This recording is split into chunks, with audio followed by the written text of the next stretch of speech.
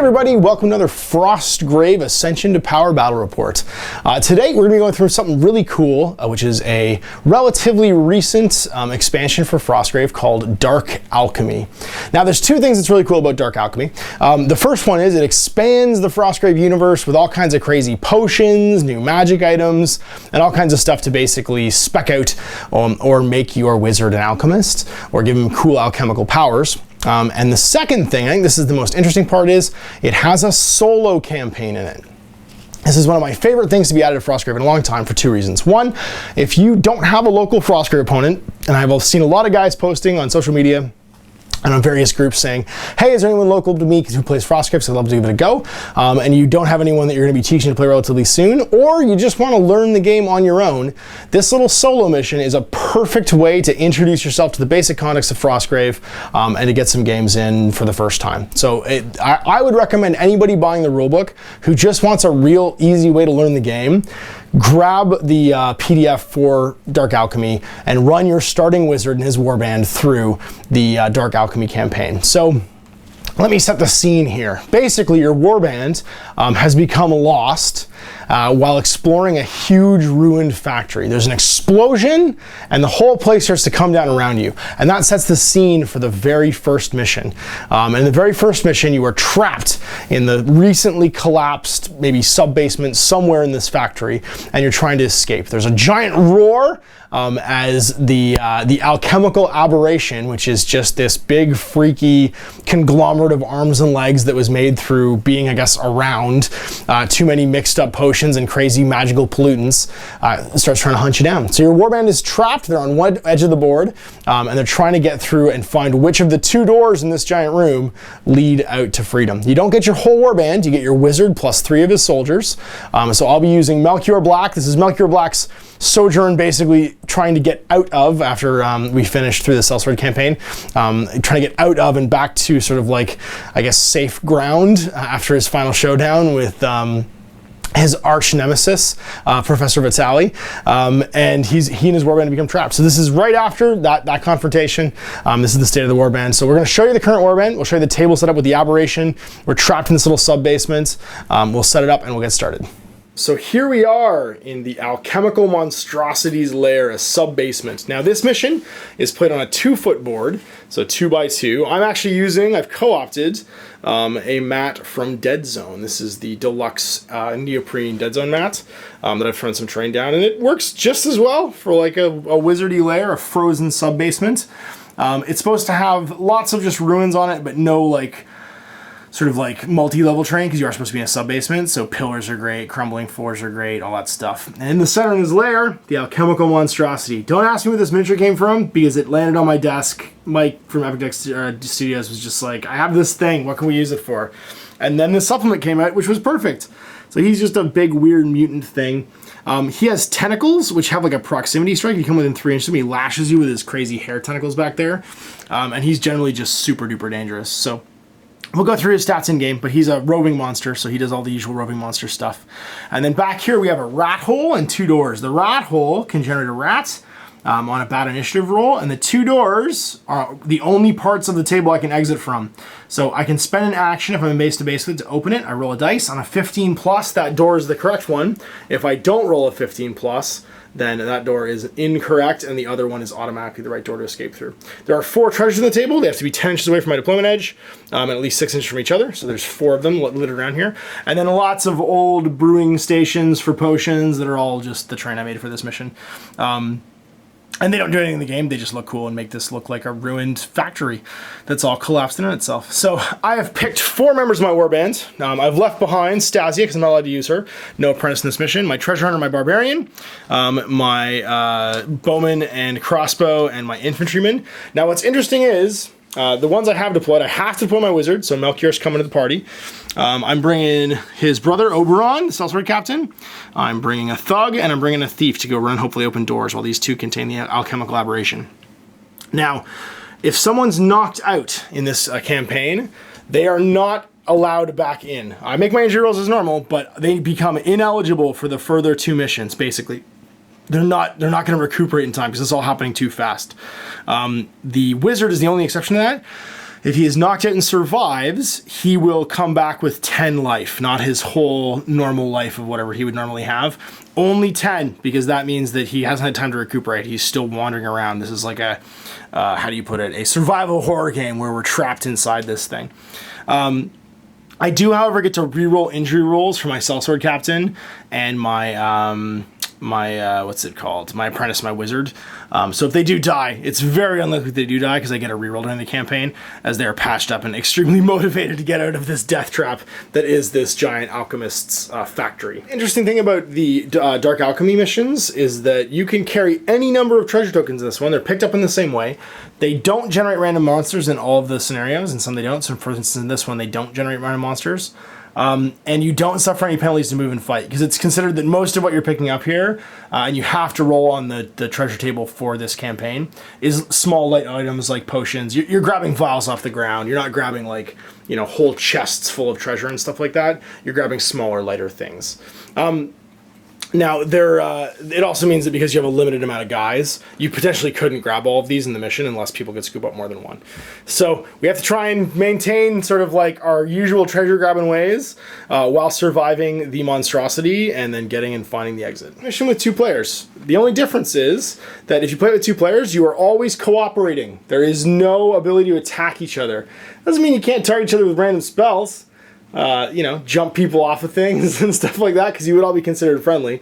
But you are not actually enemies. You're both trying to survive the experience together. One final restriction is out-of-game spells. The only one that can be cast between rounds is Restore Life if somebody dies. Now, the other ones, like Animal Companion and Familiar, can be cast before the first mission, but they cannot be cast in between games, because you're considered to be running for your life through the maze that is the basement of this place. I have to deploy my whole warband within 3 inches of this middle point of the table right here, so conveniently these are 3-inch cubes. So I'm going to put Oberon right there, Thiefly's going to go over here, Thugly's going to go over here, and Melchior and his brother are going to hang out in the middle to go party with the aberration. Still roll for initiative every turn. Now the only difference is that if I roll in this mission a 1 to 8, 2 things happen. First, the rat trap here spawns a rat. So one of these rats will come onto the table acting like a normal wandering monster. The other thing is that the Alchemical Operation will seize the initiative and go first, as opposed to having his creature phase after I've done all my other phases. See what happens?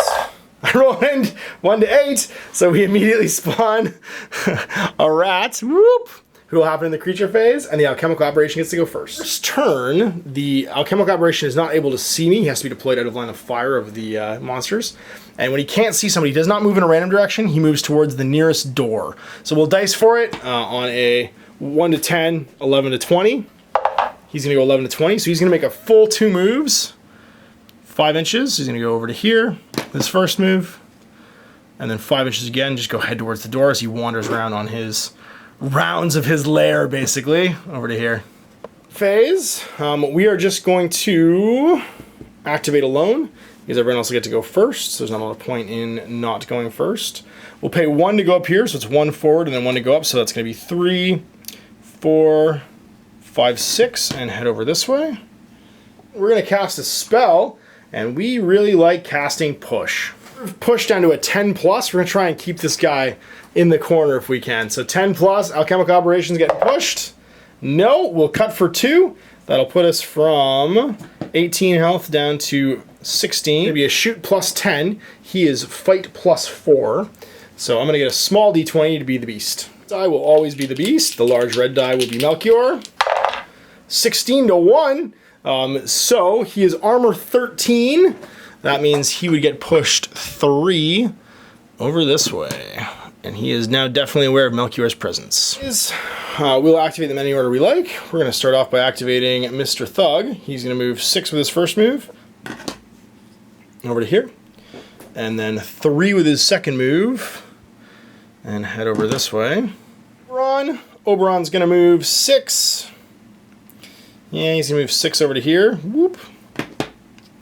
And he's going to take a shot with his bow against the aberration.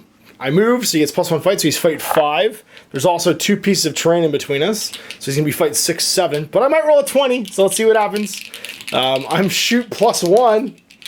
Come on. I'm sorry, shoot +2, actually, because I have a magic bow. I roll a 15, but he rolls a 22, and I'm last but not least, it's gonna be Thiefly. He's gonna go 7, whoop, over to here with his first action. And he can go 3.5 with his second one, so he's just gonna zip over, start heading towards some treasure. He's not within 10 for this giant rat, so giant rat's gonna actually move a random direction. He's gonna go back this way, so he's just gonna dirtle into the wall, because the wall can't be moved through because it's solid. Turn 1, so rolling for initiative again, and 1 to 8, it's gonna spawn another rat, and the Alchemical Operation gets to go first, but 17, I will get the Alpha Strike here, and attempt to do some damage. So, Wizard phase, we are going to activate Melchior. He's gonna move his 6 just over to here, like so. I am actually gonna group activate because I think that's a better play. And by doing so, I'm gonna move my Thug 6 inches over to here. Move my Thief 7 inches over to here. Whoop. Second actions, he's gonna pick up his treasure, like so. He's gonna pick up his treasure, like so. And then Melchior's gonna cast Leap on the Thug, move him 10 inches. See if I do it. Leap, I have down to a, where are you, Leap? Leap, heal, blinding light, 10 plus. 10 plus, we crank it with an 18. So I get to jump him 10 inches. I'm gonna jump him 8 and then 2 more over this way. Carrying his treasure with him. Phase comes, Melchior, sorry, Oberon's gonna move. He's just going to head up a little bit. Yeah, might as well. Not a little point in not moving at this point. I'm gonna fire my bow into the Aberration. So again, there will be at least 1 piece of terrain in between us.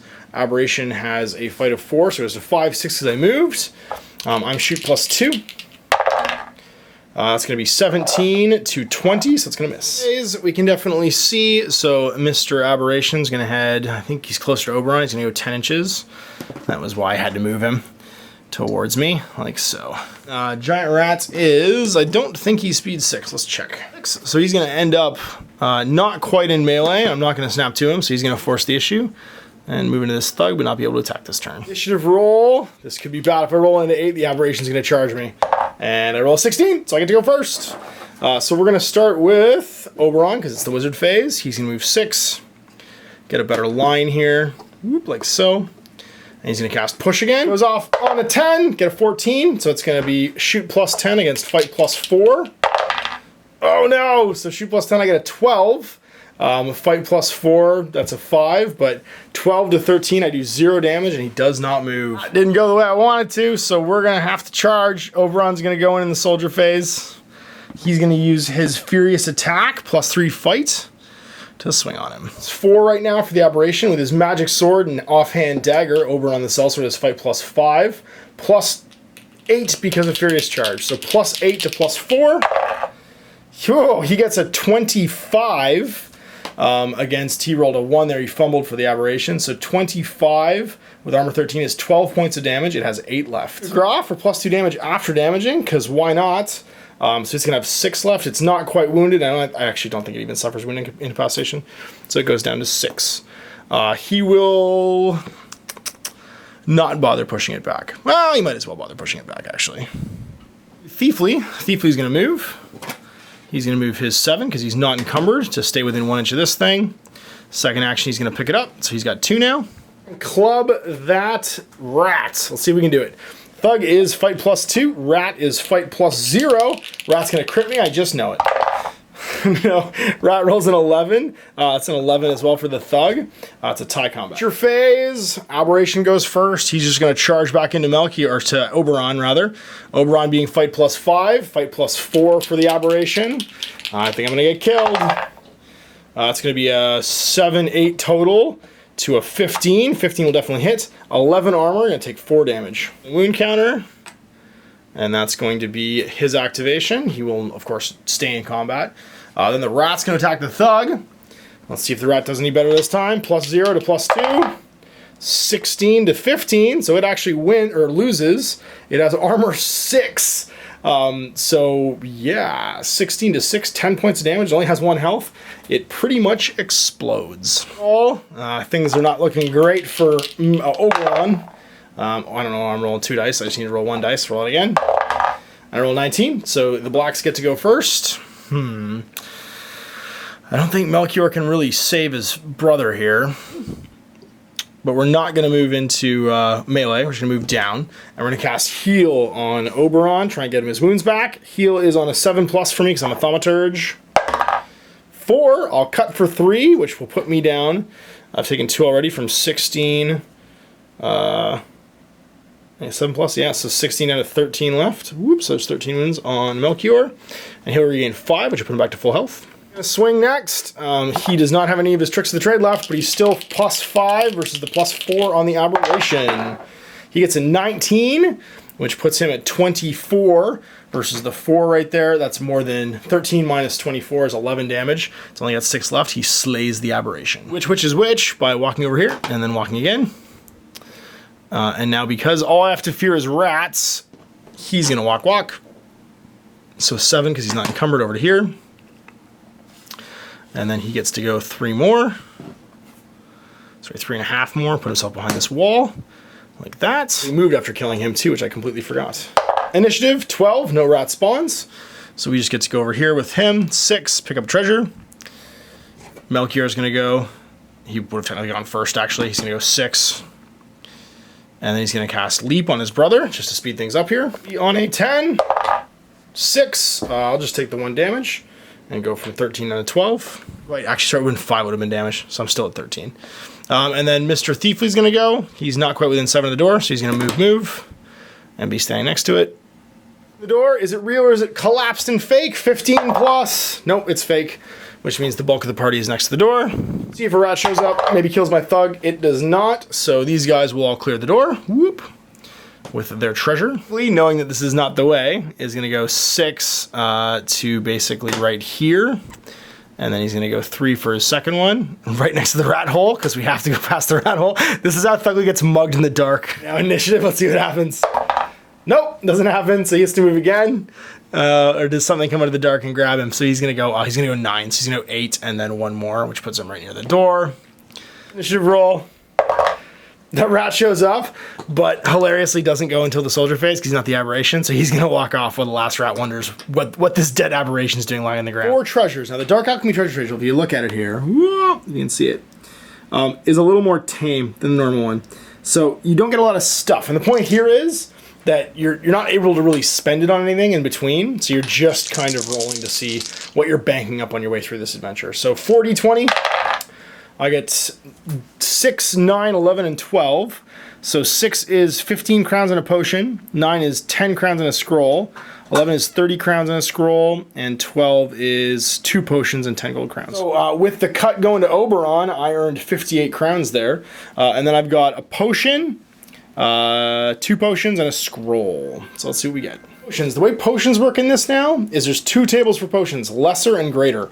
So you roll on the lesser normally. If you roll 19 or 20 though, you roll again on the greater table. So with my 3 potions, I don't get any greater ones, but I get a 3, 4, and 18. So 3 is Potion of Toughness, Elixir of Speed, and Elixir of the Chameleon. So Elixirs of Tough and Speed are +1 armor and +1 movement, respectively. Elixir of the Chameleon, if I drink it for the rest of the game, I can't be targeted by anything from more than 12 inches away as I blend into the background. So all super handy potions. Let's see what I got for scrolls. All right, so I'll use white dice is the second roll, red dice is the first roll.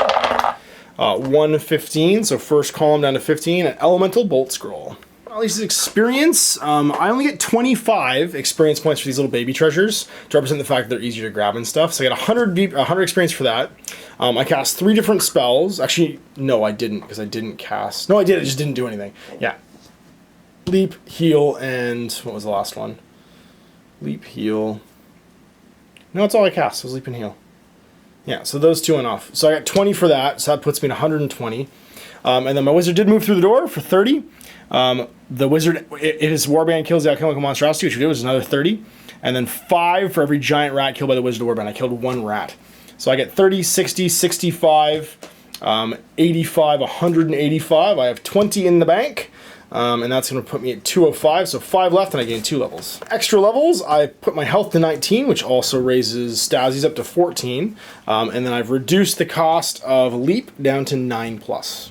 So there we go. Last, sort of like we've seen the Blacks and their warband. They were racing through a door deeper into the I guess the ruined factory as it collapses and blows up. They've slain the Alchemical Monstrosity, which is fantastic. Earned a little extra XP, and they're on their way to their next adventure. So there's gonna be 2 more of these episodes where you get to see me solo play this stuff, and you guys can experience the Dark Alchemy campaign. Another great thing about this, I was just reading through the liner notes, the designer notes that Joe wrote, is that if you are joining a Frostgrave campaign, or if you are running a Frostgrave campaign, you could use this as a way to level up new players. So recommend that if they're coming in midway through a campaign, their warband runs through Dark Alchemy, the 3 missions. You could even play it for them if you have the stuff, and that way they can learn some levels in kind of a safe environment, learn the ropes of the game, and then dive into the campaign with some money, some levels, and maybe some better soldiers when it's all said and done. So I think this is a fantastic supplement. I would recommend anybody who's either getting into the game for the first time or who's running a campaign pick this up, because it's a great solo play thing to be able to run through and also level up your guys before you jump in. So thanks for watching. We'll see you for another episode of Frostgrave. Till then, I'm Ash. Have a great night.